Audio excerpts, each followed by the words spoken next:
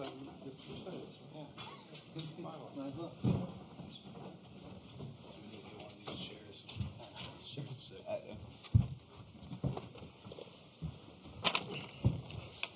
once again, give us your name and affiliation, and we'll start first with a statement from Jay. Yeah, great performance tonight by our team. Thought it was a great team win. Had a little bit of adversity early in the game there, and really responded offensively in the second inning. We took some really good at-bats, and then big inning, obviously, there in the third, with a great one by Cade. Really proud of the pitching staff. Everybody contributed tonight. It was big of Javen to get out of the first inning with no runs. We didn't do him any favors offensively in the first, going down on 9 pitches and swinging at like 3 or 4 balls, which was a little out of character, so we made it tough on him in the second. Blake, after giving up the single, that was a big out right there with their best hitters coming up. And then obviously what a performance by Griffin to strike out Kurtz, to limit the damage there, and then really settled into the game and got us the length that we needed. And then Gavin came in and executed incredibly well, and Riley finished off another one. So good performance, and we'll turn it over to tomorrow. Okay, let's have questions for the student athletes, and we'll start right here. Wilson Alexander from the Advocate for Cade. Just take us through your home run at bat. What were you seeing there, and especially on the pitch, the home run pitch itself? Yeah, I was just trying to hit a fly ball to center field, stay out of the double play. Once that pass ball happened, kind of changed my mindset a little bit. But when you have as good as a coach as Coach Jay, especially with hitting, he's telling you to get the ball at your thigh, you better listen. So got to change up at my thigh and put a good swing on it, and just went over the fence. Okay, Leah. Leah Van, Baton Rouge Advocate. Griffin, what was working for you on the mound tonight? And yeah. I would say the fastball was probably my main pitch tonight. Had good run to it. I think maybe it sank a little bit sometimes it rode. So, probably fastball. Slider got working towards the end, but yeah. Okay, Mike.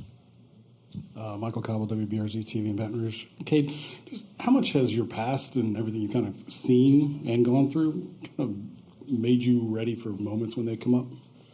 I mean, yeah, it just kind of puts things into perspective, and it's just like the whole concept, like behind like have to versus get to. Like you don't have to come through in those moments. Like you get to be in those moments, and that's the thing that kind of puts me at peace, especially like when the game's at its highest and stuff like that. And just in the on deck circle, trying to get yourself as calm as possible, especially when you kind of see the moments coming. But yeah, just trying to stay calm as possible. Okay, right here. Koki Riley with The Advertiser. Riley, what do you do to sort of make yourself just, I guess, physically ready for a moment like this after you threw 40 pitches yesterday? A lot of water and sleep. Try to sleep as much as I can, and I just show up, and I feel good. Okay, here in the... And then kind of on the opposite end of the spectrum there, I mean, Griffin, you hadn't pitched really in 2 weeks. I mean, just what do you do to stay ready to be able to kind of come out and go 4 1/3 and really kind of shut the middle of that game down a little bit? We throw weekly bullpens. Coach Wes Johnson, he does a great job with us. Really good catch play, a lot of intent with everything that we're doing, and, pure adrenaline. This place is awesome. I think I kind of was able to feed off the adrenaline instead of letting it get to me, kind of like steroid shot. Pretty cool. Get back over here. We'll make sure the adrenaline is not on the NCAA banned substance list. Damn it, Griffin. Michael Farrar with Berg Sports Network. My question is for Riley and Griffin. Riley, can you talk about Griffin's performance today? And Griffin, can you talk about the big outing from Riley at the end there? Riley, you start. It was huge. He killed up a lot of innings, and he threw good, and he's been doing that all year, and it's just really cool to see him do it here on the big stage. Griffin. We all knew what he was going to do. He's comes in, closes it out, has fastball working, a lot of ride. It's just what he does. Okay, Michael. Cade, what is it about Riley? Is it just deception? You know, people have seen him enough now, but they still can't get to him. Yeah, I mean, he just makes things uncomfortable as a hitter. You know, he could throw any pitch in any count for a strike whenever he wants to. You know, in college baseball, it's pretty hard to do. And, you know, he throws 90 to 93 miles an hour from the left side, which is, you know, that's pretty good. And, you know, he's really good, and, you know, he just pounds his own. So, you know, you can't take an at-bat off of him. You know, he never really gets out of control, like sporadic when he's throwing the ball. So he's always going to compete. Okay, Matt? Matt Talberty from World Baseball Network. Cade, what does it feel to have guys like Joe Burt and let alone Cruz starting off that inning in the third to set the tone for your at-bat? Yeah, I mean, he's the best player in college baseball, and, you know, he's on our team. You know, he does what he does. You know, he's one of the most complete players I've ever seen, and, you know, I watch MLB baseball every day. So, I mean, that speaks measures to him. But, you know, he always comes through in the big moments. You know, that's just – he's like our catalyst for the offense, you know. So, you know, when he gets things rolling, it just gives the rest of us confidence. I'm going to go Leah here. Griffin, this is a big stage for true freshmen like you. At what point in time when you were on the mound did you feel like you had settled into this game, or was that something you felt in the beginning? Honestly, I never did. I was just kind of out there throwing the ball and just looking at Al. That was pretty much it. I mean, I never really felt like, I'm really, in this, they can't touch me. I just was throwing the ball. Serious? This guy's a comedian. Cade, is there something about the batter's eye here that just allows you to see the ball a lot better? You've just been taking great hacks during this tournament. Yeah, I mean, it's one of the nicest fields in America. You know, the people whoever constructed this field and put it all together did a phenomenal job. Yeah, so you can see the ball good here.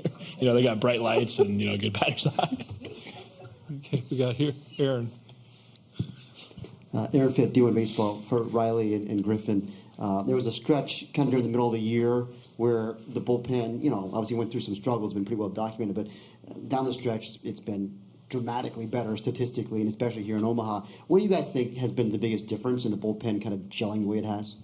Griffin? I think everybody's just playing for each other. I mean, nobody wants to see that last game. I know for a fact nobody on this staff, nobody in the dugout, and we're all just playing for each other, doing everything we can. And, you know, the bullpen was always talented, so none of us were ever worried about it. Riley? Yeah, we just want to win, and so we're just doing our part, and because we always know the hitters got our back, so we just thought we should, you know, get even with them and win some games. Michael? For Riley and for Griffin, just how much is there chatter about throwing strikes, being aggressive because the way the wind, the ballpark plays? Is that conscious in your own thought? Yeah, that's what I'm thinking the whole time. I mean, when you have Dylan in center, I have pretty good confidence in him catching the ball. So, yeah, I just throw strikes and, yeah, just let him hit it and stuff, and it worked out well. Griffin? Yeah, just to add to that, Coach Johnson, from the very, very first day we got here, first practice, he said just dominate the white. Not a hitter-friendly park, so just dominate over the plate, and you're going to get a lot of outs.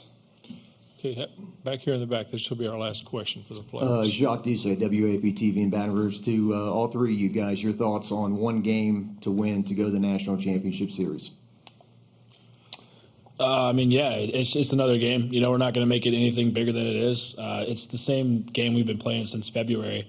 You know, we're going to go out there, we're going to have fun, and we're going to compete, you know, to the best of our abilities and let the rest take care of itself. But, yeah, we're not going to make it some massive thing. You know, today everybody knows the scenario, but, you know, you don't have to put any more pressure on yourself. You know, just go out there and have fun.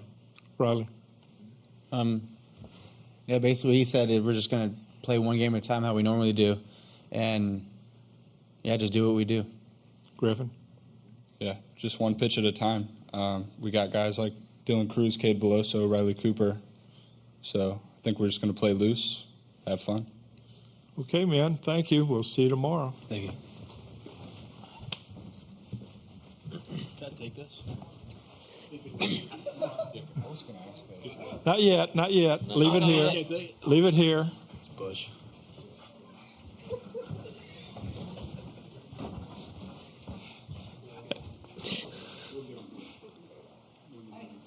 When the time comes, you'll get them. Okay, questions for Jay, and we'll start with Michael here. Sorry, I got to ask it, so I want to get it in early. What's the thought process and the conversation involved with Paul Skeens and availability? We'll talk to him tonight. I think it's a day-by-day deal.